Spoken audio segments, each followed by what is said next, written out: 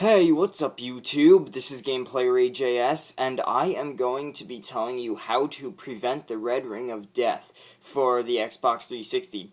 Now, I have to say, I have a huge history with the red ring of death. I got the red ring of death on my Xbox 360, like 5 times?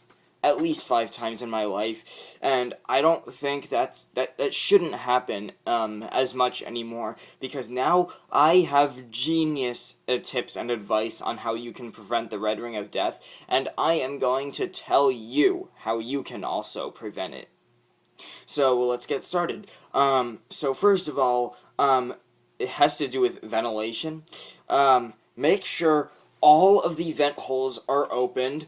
There's vent holes right here, vent holes on the other side, on the top, on the bottom, and of course, probably one of the most important ones, on the back. These are all vent holes that the heat comes out of, and if these vent holes are blocked, then the heat can't escape from the Xbox. Then the heat is just gonna keep building up and building up, and then eventually all the guts in the Xbox is going to overheat, and you're going to get the red ring of death, 2 flashing red lights.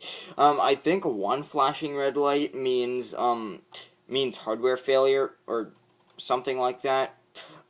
Two flashing red lights means overheating. 3 flashing red lights, I think, is also hardware failure, probably has to do with the hard drive. And 4 red lights means... I think 4 red lights means the system is done, or does it just mean it's just a minor fixable problem? Anyways, so then, another tip is, keep the Xbox in a well air-conditioned environment. Like, if it's really hot in the room, then hot air is going to come in, or like you can't have it placed near any heat sources. If the room is hot, then that's a heat source.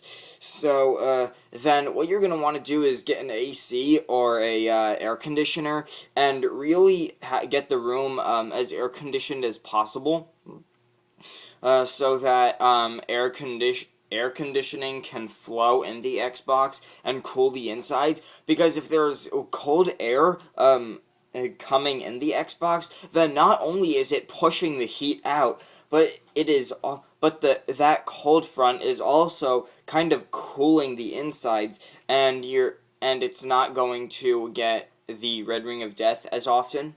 And I've heard some stuff about the Nyko intercooler.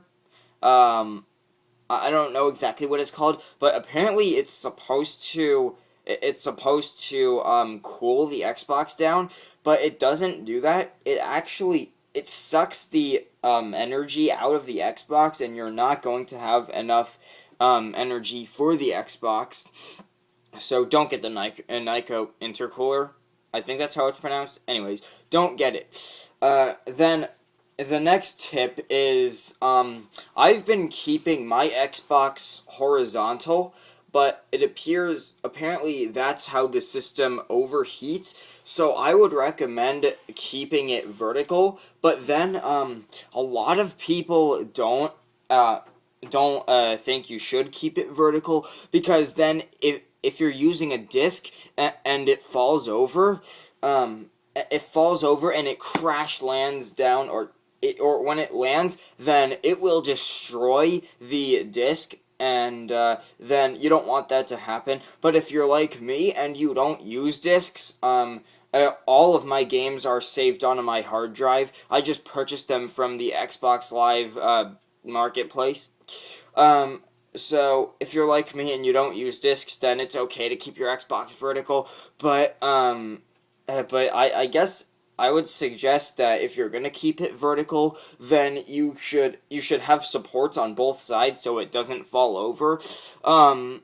So yes, for people who don't use discs, I would recommend keeping the Xbox vertical, because not sure how, but apparently that keeps the Xbox from overheating too much. And and so it won't overheat nearly as much. So yes, you should keep it vertical, but I would strongly unrecommend it to people who use discs.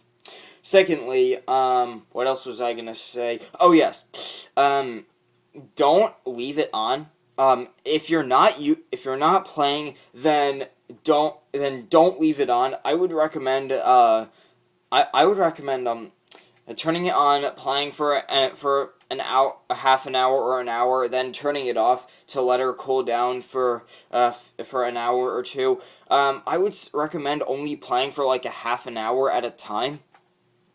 So then what happens is if you keep it on for hours and hours and hours and hours and hours, then what happens is the guts are constantly working, and you're constantly generating heat in the Xbox, which can actually overheat the system. And so yes, whenever you are not playing, turn it off. Because if you keep it on, again, you're just wasting the life of it. And I've been hearing stuff about about wrapping a towel around it and leaving it on for hours and hours. I strongly oppose that idea because, oh my god, if you're if you keep a towel wrapped around the whole thing and leave it on, you are actually blocking airflow, which is the worst idea to do. I don't know what people are talking about or what people are thinking when they say wrap a towel around it and leave it on. That is actually wasting the life, and you're not going to have happy results. So I think I covered just about everything for now. So yes, I guess that's it. And if I come up with any more ideas, then I'll just post another video about it. So yes, I guess that's all for this part. I guess part 1. I'll make a part 2, I guess. I really hope. Thank you very much for watching this how-to video. I really hope you enjoyed this video, and I really hope this helps. Please comment, rate, and subscribe, and I will see you in the next video. So, yes, bye.